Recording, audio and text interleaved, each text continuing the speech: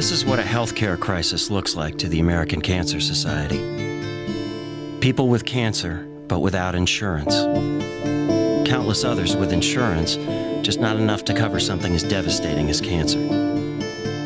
We're making progress, but it's not enough if people don't have access to the care that could save their lives. Together, we can change that. Find out what we're doing and how you can help at cancer.org. This is the American Cancer Society.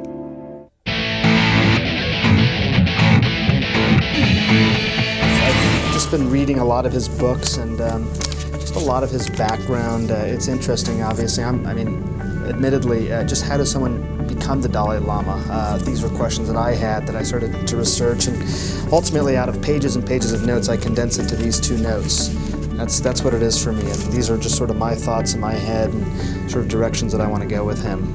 But I think I've been preparing for this probably for a couple of weeks, just sort of off and on.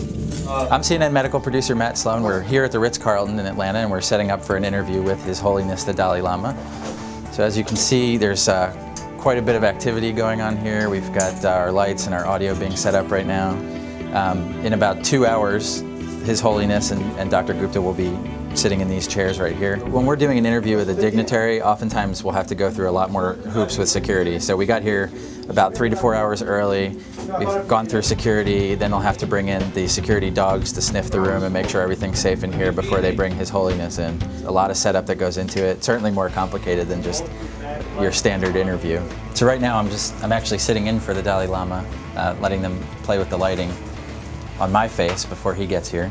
Well, it's interesting because it's so far extremes here, actually performing brain surgery and talking to the Dalai Lama. You think of religion as being so predicated on faith, whereas science is so predicated on facts.